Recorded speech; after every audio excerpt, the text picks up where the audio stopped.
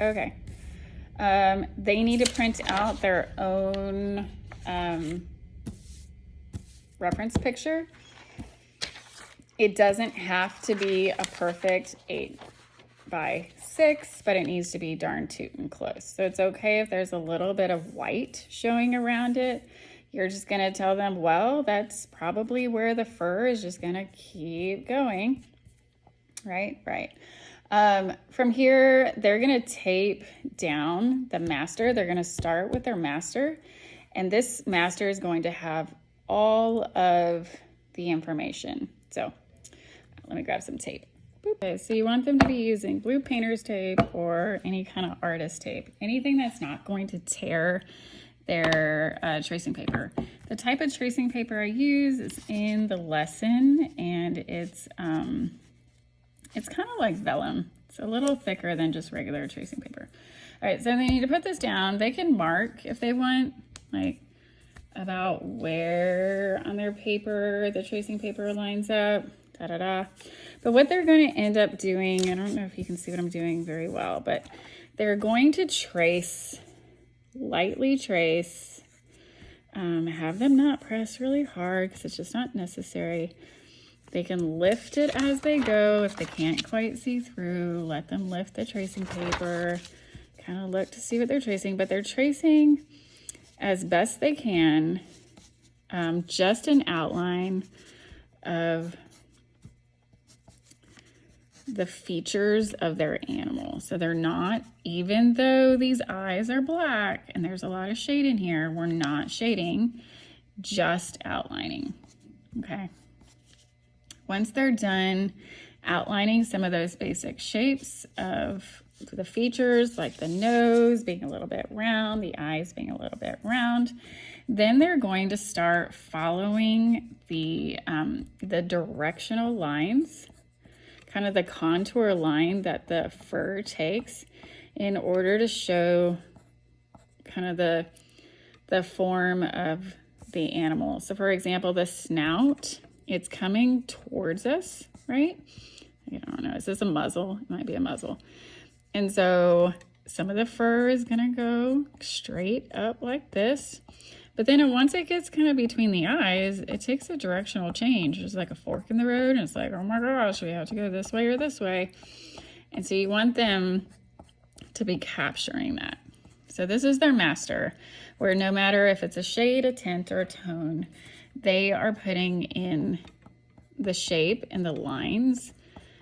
Obviously, in the shadow areas, you might say, oh, well, since it's a shadow, your lines might be a little closer together to show that density of the value, but you're still only going to show the shadow or the shade with just lines, just broken lines to show us where the fur changes.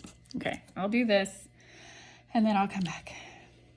Right, so even though there is a lot of dark areas on the bear, remind your students that even in the dark areas, there's light. So if they say, I just can't see, I can't see what's going on in some of these shadows, say, okay, well, what direction do you think the bear's fur is falling in? You know, in this area, like below the chin. You know, do you think he's shaved bald and there's no hair there at all? Or do you think that the fur continues? And what direction do you think the fur goes? And they usually can figure it out. And so in the areas where you do have a lot of shadow on the actual fur of the animal, depending on what your student chooses, just remind them that there is light still there. So they can lift up the tracing paper and check, but they do need to put in the lines and just suggest where some of the value changes, okay? In the area above the animal, if there's some negative space around, let them know that that might be where they get to use their artistic license and decide like, oh, maybe I want, you know, just carve all that back and it's going to be the white of the paper. Or maybe after I do my tint color, like if I do, you know, a yellow as my tint, like yellow with white as my tint, maybe I want the yellow to be the background, and then that'll help the rest of the bear pop. So let them decide, especially if they've got some shadow back here. You can let them shade back here to kind of show that was all dark. They don't have to do directional lines in the background, if that makes sense. Okay, so once they have all their directional lines down, then they're going to take template 1. And template 1 is just going to be the lightest areas.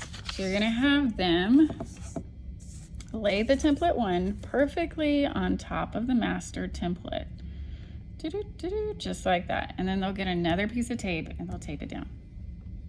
Okay, so once template 1 lays on top of the master template, and they really want the bounding box to line up perfectly. So if they tell you that the papers aren't lining up perfectly, tell them that your bounding box, the box that determines your block that you're going to be carving, those have to line up. Okay, so what they're going to do from here is they're only going to draw the directional lines of the lightest areas in the portrait. So the lightest areas in this portrait are probably this fella's snout, some of these highlight areas above the eyes, right? Let's see, where's another really light area? Like that bottom lip catches some light. There's light areas above at the very, very top of the head up here. So they're just going to draw lines that follow the direction on template 1. So I'll do that real quick. Okay, so template 1 is done, and remind them that their finished product is not going to end up like the photograph, so we don't want them taking so much time trying to capture every or trace over every individual hair. It's really just a guide. Yeah, okay. What they'll do next is they are going to take template 2, and template 2 includes what? It includes their tone and their shade. On template 2, I would have them really get in, like keep going back to their original and really locating what areas they are going to be their shadow and what areas are going to be their tone. So the tone is really going to be, for example, we have a highlight on the nose right here. So that was one of the tint shapes.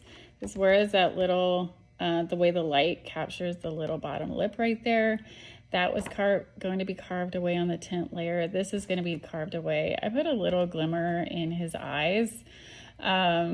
And actually, he's got a little bit of light down here on the bottom eyelid, so I might carve just a sliver away there.